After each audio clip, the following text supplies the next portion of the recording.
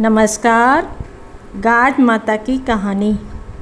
आज मैं आपके समक्ष गाज माता की कहानी प्रस्तुत करने जा रही हूँ, जो इस प्रकार है।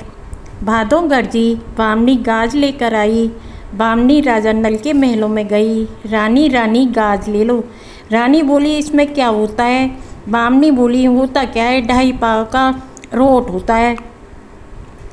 रानी बोली, मेरे से 2.5 पान का बीड़ा तो खाया नहीं जाता, 2.5 पाव का रोट कैसे खाऊंगी? बामनी राजा के महल से निकल गई।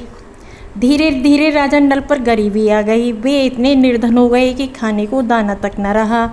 एक दिन राजा बोला, यहाँ से चलते हैं, देश चोरी परदेश भीख।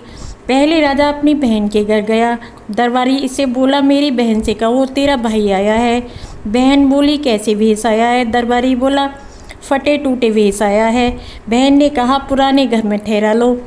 दरबारी ने राजा को पुराने मकान में ठहराया। बहन थाल भरकर हीरे मोती लाई, वो कंकड़ पत्थर हो गई। राजा उन्हें वहीं गाड़कर वहाँ से निकल भागा। आगे चलकर राजा के मित्र के घर पहुँचा। दोस्त के घर पहुँचकर देखा कि काठ की मोहनी हार निकल रही थी। उसे देखकर राजा रानी से बोला, देखो हमारे दिन कितने खराब आ गए, काठ की मोहनी हार निकल रही है। राजा रानी वहाँ से भी चल दिए। राजा रानी भूख से व्याकुल हो तालाब से मछली पकड़ लाए और उन्हें भूना तो वह तालाब में खिसक लीं।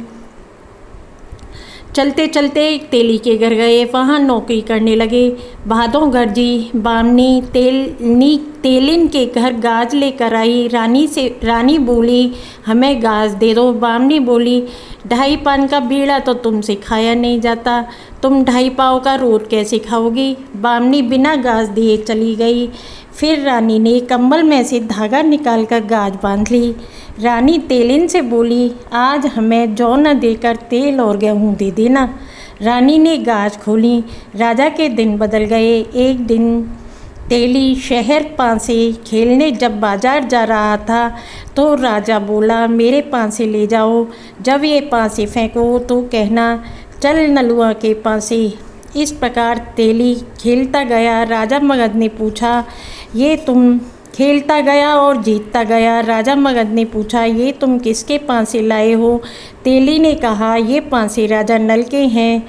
दोनों की रानियां गर्भवती थीं। राजा नल ने राजा मगध से कहा, अगर तेरे लड़का हुआ और मेरे लड़की हुई तो इनका विवाह कर देंगे, अगर दोनों के लड़के हुए तो दोनों मित्र हो जाएंगे।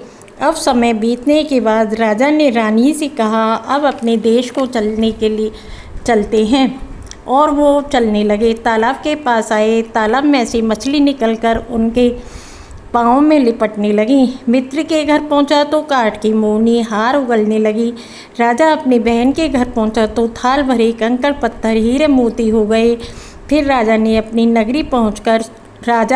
नगरी पहुंचकर सुखपूर्वक दिन व्यतीत करने लगा। हे गाज माता, जैसे राजा नल पर कृपा करी वैसे सब पर करना। कहानी संपन्न होती है। धन्यवाद।